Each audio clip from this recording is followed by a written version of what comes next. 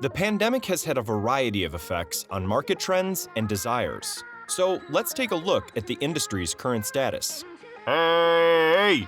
Welcome to LiveHive, where you can stay up to date with the latest updates about marketing, sales, and business. You can also get more details from our website at www.livehive.com.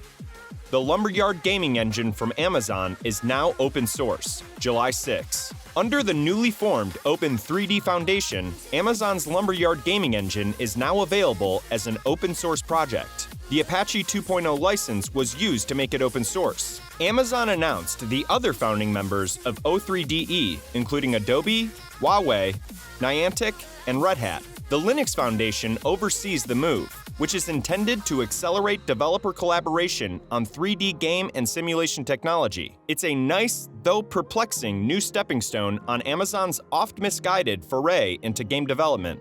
Lumberyard was first released in 2016 as a licensed branched version of Crytek's CryEngine to serve as a foundational tool for in-house game development. Vote for your favorite GDC Play games in the Best in Play competition at GDC 2021, July 13.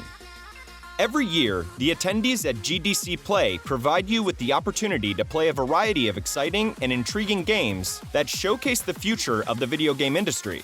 In addition, every year, one developer will compete for Best in Play at the Game Developers Conference. And with the all-digital 2021 Game Developers Conference just around the corner, we're excited to share the Best in Play nominees for this year. To vote, go to Swapcard's site and select Digital Tote Bag, then Best in Play. Then, check out the virtual booths for each of these nominees under the GDC Play link to see trailers for each of them.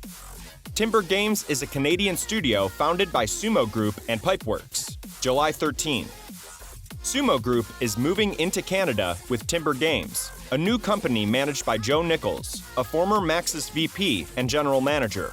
Sumo has opened the studio through its Oregon-based Pipeworks subsidiary. Purchased for an undisclosed sum in September 2020, Sumo Digital, The Chinese Room, Red Kite Games, Pixelant Games, and Lab 42 are among the studios owned by the business. Sumo and Pipeworks have branded Timber as a new sort of game studio, with diversity, openness, community, and a healthy working culture in its DNA.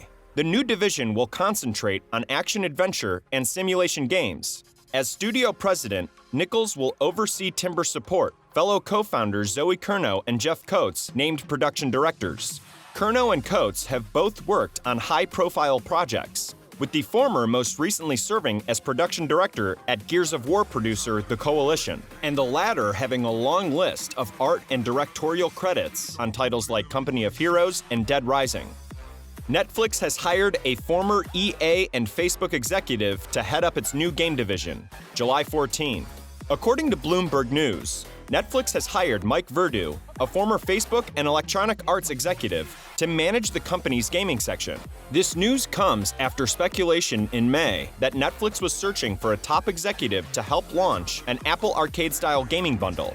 The company has been experimenting with video games and interactive projects such as Bandersnatch, interactive children's games, a Minecraft story mode port, and licensing several games such as Castlevania, Dota: Defense of the Ancients, and Splinter Cell to spice up its animated shows. Verdu was previously a senior vice president at EA Mobile and worked at Facebook to help bring games and other content to Oculus virtual reality platform. Before GDC 2021, make sure you review GDC Code of Conduct, July 16. Every year, the Game Developers Conference staff works hard to ensure that the event is safe, inclusive, and enjoyable for all attendees. The official GDC Code of Conduct is one of their most critical tools for keeping our events fun and friendly. The Code of Conduct for this year's all-digital GDC 2021 will be on hand and enforced as we navigate the conference next week. If you're not aware of the Code of Conduct, now's your time to brush up on the rules so you'll be prepared when you attend this year's Game Developers Conference. GDC thinks that our community should be truly inclusive. As a result, regardless of gender, sexual orientation, handicap, ethnicity, or religion, we are committed to providing a warm, safe, and inclusive workplace for all.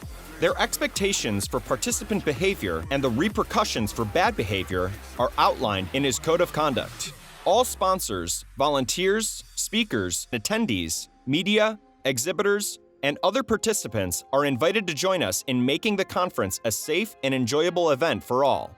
Despite similarities, Steam Deck is not in rivalry with Switch, according to an analyst, July 16.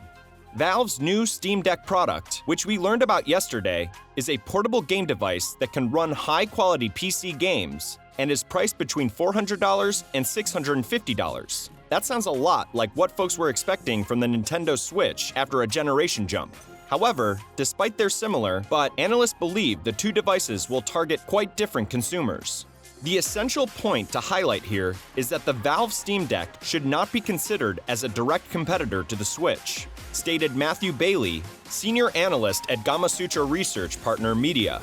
The Switch and the Steam Deck are aimed at two different markets, with the Switch catering to casual console gamers and the Steam Deck, which Valve is positioning as a PC device, catering to PC gamers. According to India's user study, only 1 out of every 10 PC gamers possess a Nintendo Switch, which is often used as a secondary gaming device. So, is there any advantage for Valve in launching the Steam Deck without having to worry about competition from the Switch, or vice versa? Because Valve isn't reliant on the Steam Deck for its core market, Bailey categorized it as a low-risk launch. However, due to a variety of pandemic-related supply problems, Valve may find that the device may not sell as well as predicted.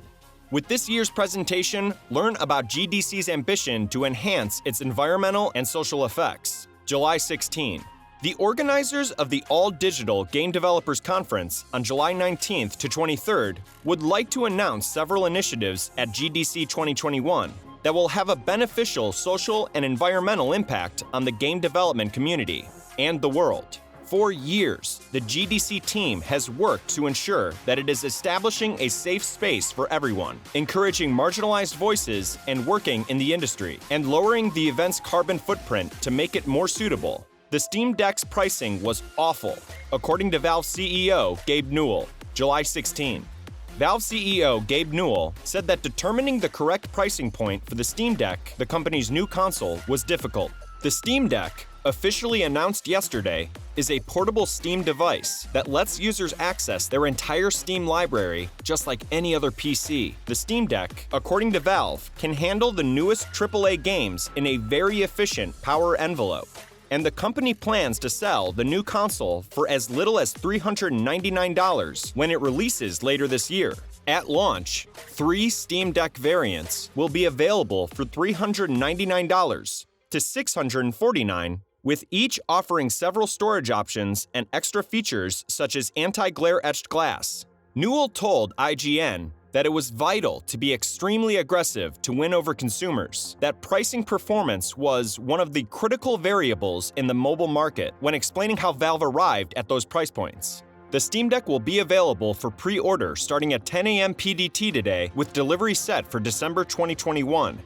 Tencent has agreed to pay $1.27 billion for the UK game maker Sumo Group, July 19. Tencent's Sixjoy Hong Kong Limited subsidiary has agreed to buy UK video game maker Sumo Group for $1.27 billion in cash. Tencent will pay £5.13 for each Sumo share, reflecting a 43.3% premium over the previous closing price of £3.58 per share on July 16, 2021.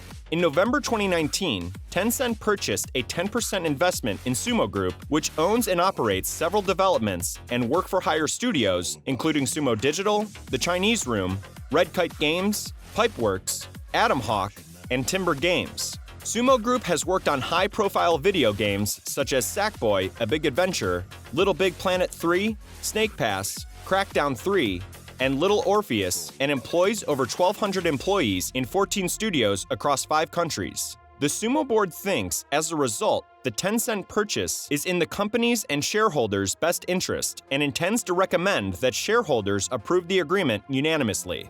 A French union has filed a lawsuit against Ubisoft for inventing a harassment system, July 19. Solidaires Informatiques, a French labor union, has filed a lawsuit against Ubisoft and some of its present and former employees for allowing institutional sexual harassment in the workplace. According to Kotaku, which received a translated statement from a union member, Solidaires Informatique and the two other organizations have filed a case with the Bobigny Criminal Court on behalf of Solidaires Informatique and two different organizations. It accuses Ubisoft as a legal entity of maintaining and encouraging a system where sexual harassment is permitted, since keeping harassers in place is more profitable for the corporation than protecting its employees. Former employees named in the case included editorial vice president Tommy Francois, who was fired with reason in August 2020 after a misbehavior inquiry, and other executives Cecil Cornett and Serge Hascote. They resigned in July 2020 with claims related to their jobs. The case names current Ubisoft CEO and co-founder Yves Guillemot for allegedly turning a blind eye and allowing abusers to operate with impunity.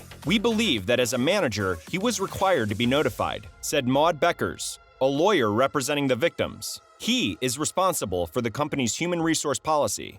That brings us to the end of today's episode. Don't forget to leave a like and subscribe so you can join the LiveHive squad and be a part of our channel. Thank you for watching.